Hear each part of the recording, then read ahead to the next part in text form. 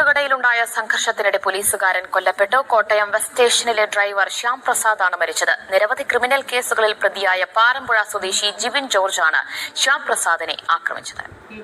എന്താ അവസ്ഥയല്ലേ, വന്ന് നിയമം നോക്കേണ്ട പോലീസുകാരൻ്റെ അവസ്ഥ ഇതാണ്. പോലീസുകാരൻ്റെ അവസ്ഥ ഇതാണെങ്കിൽ എന്നെ നിങ്ങളിപ്പോഴത്തെ സാധാരണക്കാരൻ്റെ അവസ്ഥ എന്തായിരിക്കും? ഞാൻ നിങ്ങൾക്ക് വേറൊരു വീഡിയോ കാണിച്ചു തരാം കേട്ടോ.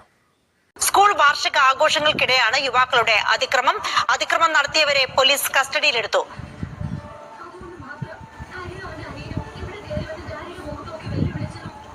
സാൻജോ ബേബി വിവരങ്ങൾ നൽകും. സാൻജോ, ഈ യുവാക്കൾ ഈ സ്കൂൾ ജീവനക്കാരെ മർദ്ദിക്കുന്നതിലേക്ക് കാര്യങ്ങൾ എത്തിയത് എങ്ങനെയാണ്?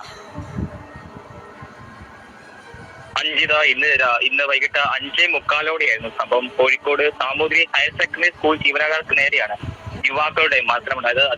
ആ വിദ്യാർത്ഥികളെ ആക്രമിക്കാൻ നോക്കുമ്പോൾ പിടിച്ചു വെക്കുന്നത് കണ്ടക്ടർമാരോ വാച്ച്മാനോ അല്ല കേട്ടോ, നമ്മളെ കേരള പോലീസാണ്. അയ്യോ മോനെ പോകല്ലേ, അയ്യോ മോനെ പോകല്ലേ. പിന്നെ എങ്ങനെയാണോ കേരള പോലീസിന് ക്രിമിനൽസിൻ്റെ ഇടയിൽ ഒരു വിലയുണ്ടാവുക, പേടിയുണ്ടാവുക? ഈ പോലീസിനെ പേടിക്കുന്നുണ്ടല്ലോ, എന്നെയും നിങ്ങളെയും പോലത്തെ ഒന്നും ചെയ്യാത്ത സാധാരണക്കാരനാണ്. ഈ ക്രിമിനൽസും കൊടും കുറ്റവാളികൾക്കും പോലീസിനെ പേടിയില്ലാണ്ടായി. ഇതാ അവസ്ഥ.